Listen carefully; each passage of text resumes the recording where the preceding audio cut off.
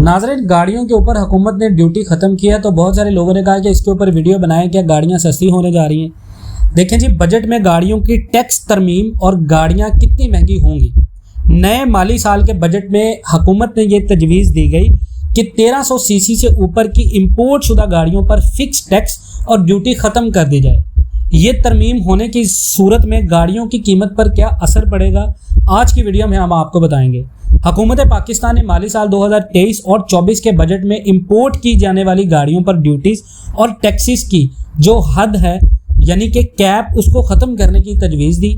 Car sector माहरीन के मुताबिक इस तजवीज़ से इन गाड़ियों की कीमतों में इजाफा मुतवक्के है। कौमी असम्बली के इजलास में फाइनेंशियल बिल भी पेश कर दिया गया और अरकान की बजट के बाद नया फाइनेंशियल बिल 1 जुलाई 2023 से नाफिजुल अमल होगा।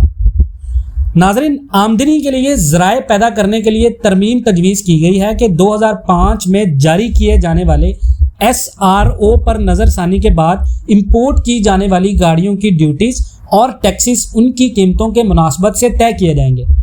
बजट तकरीर में बताया गया कि पुरानी और इस्तेमाल शुदा 1800 सीसी तक की एशियन मेक गाड़ियों की इंपोर्ट पर 2005 में ड्यूटीज़ और टैक्सेस को कैप कर दिया गया था। अब 1300 सीसी से ऊपर की गाड़ियों की ड्यूटी और टैक्सेस कैपिंग ख़त्म की जा रही है। बजट तजवीज़ के मुताबिक 800 से 1300 सीसी तक की इंपोर्ट शुदा गाड़ियों पर ड्यूटी और टैक्सेस पुराने SRO के मुताबिक ही वसूल किए जाएंगे, लेकिन 1300 से ज़्यादा सीसी की गाड़ियों पर यही ड्यूटी और टैक्सेस इनकी बाजारी कीमत के हिसाब से वसूल किए जाएंगे।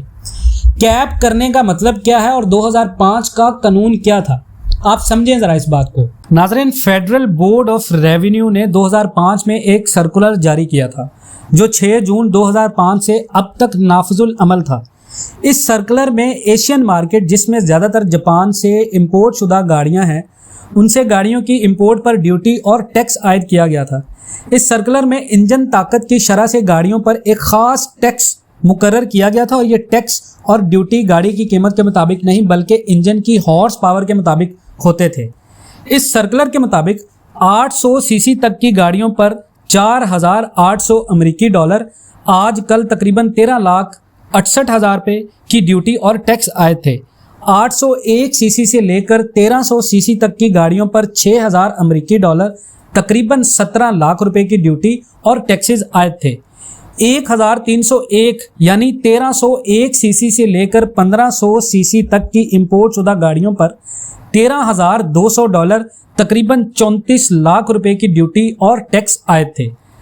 1500 सीसी से लेकर 1600 सीसी तक की गाड़ियों पर 18,590 डॉलर, तकरीबन 53 लाख रुपए की ड्यूटी और टैक्सेस आए थे। 1601 सीसी से लेकर 1800 सीसी तक की गाड़ियों पर ड्यूटी और टैक्स 22,550 डॉलर, तकरीबन 64 लाख रुपए आयद थे।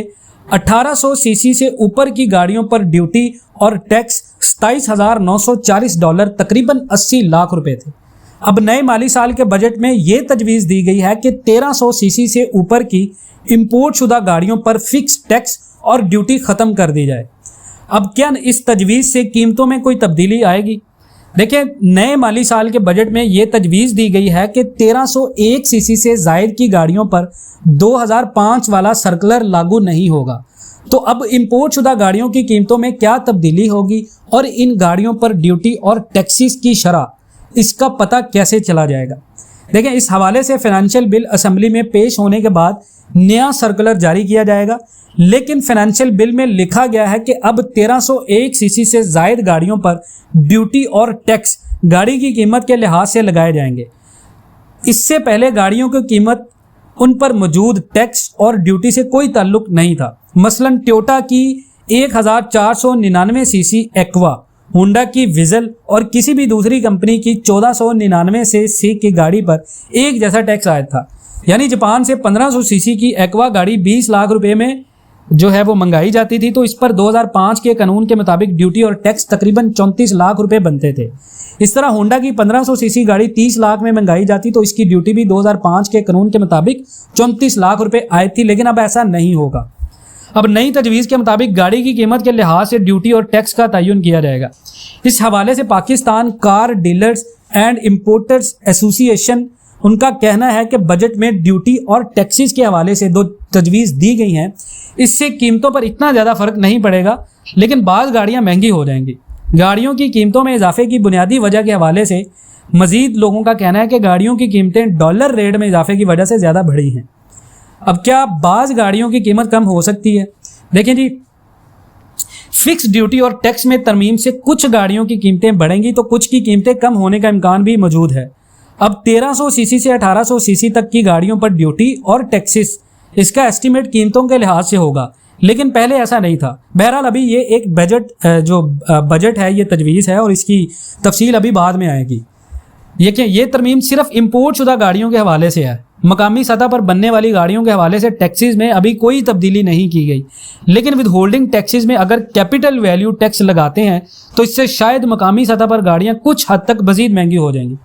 अब गाड़ी की ड्यूटी और टैक्स किस हिसाब से होंगे, ये बड़ा एक अहम सवाल है। देखें, गाड़ियों पर ड्यूटी और टैक्स, इसका तयन अब गाड़ी की कीमत के हिसाब से होगा, लेकिन ये किस फार्मूले के तहत होगा, इस हवाले से हम आपको बताते हैं कि जिस साल में बनी है, ये गाड़ी जिस साल में बनी है, गाड़ियों की वेबसाइट पर मौजूद इस कीमत के हिसाब से इस पर ड्यूटी का एस्टीमेट किया जाएगा, जबकि सालाना डेप्रीसिएशन जो है वो इसमें से माइनस कर दी जाएगी। मसलन एक गाड़ी की कीमत $10,000 है और वो 3 साल पुरानी है, तो पाकिस्तानी कवानीन के मुताबिक हर माह गुजरने पर उसकी कीमत 1% कम हो जाएगी, यानी 3 साल पुरानी गाड़ी पर 36% कीमत की रियायत लागू होगी और ये रियायत माइनस करने के बाद ड्यूटी और टैक्स आयद होंगे।